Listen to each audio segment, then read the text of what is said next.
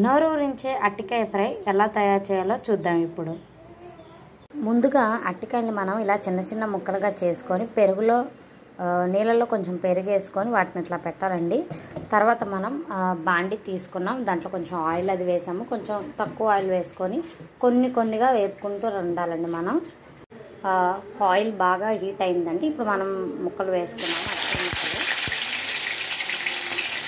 ఇలా కొన్ని వేసుకుంటూ మనం ఫ్రై చేసుకుంటూ ఉండాలండి.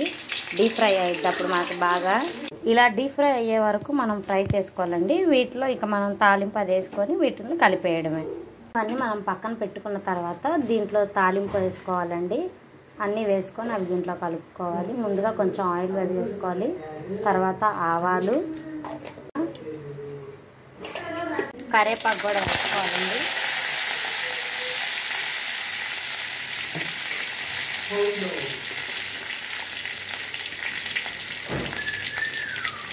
కొంచెం తాలింపు అయ్యాక మనం పసుపు వేసుకోవాలి.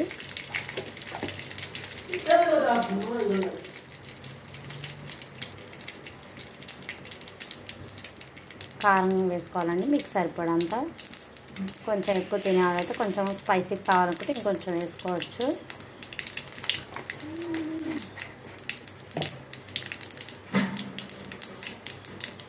తర్వాత వాటిల్లోనే మనం డీప్ ఫ్రై చేసింది వేసేసుకోవాలండి. ముక్కలు డీప్ ఫ్రై చేసాం. కలుపుకున్న తర్వాత మనం సాల్ట్ వేసుకోవాలండి. సరిపడంత సాల్ట్ వేసుకోండి, మీ రుచికి సరిపడు. మళ్ళీ మొత్తం ఒకసారి కలిపేయాలండి బాగా.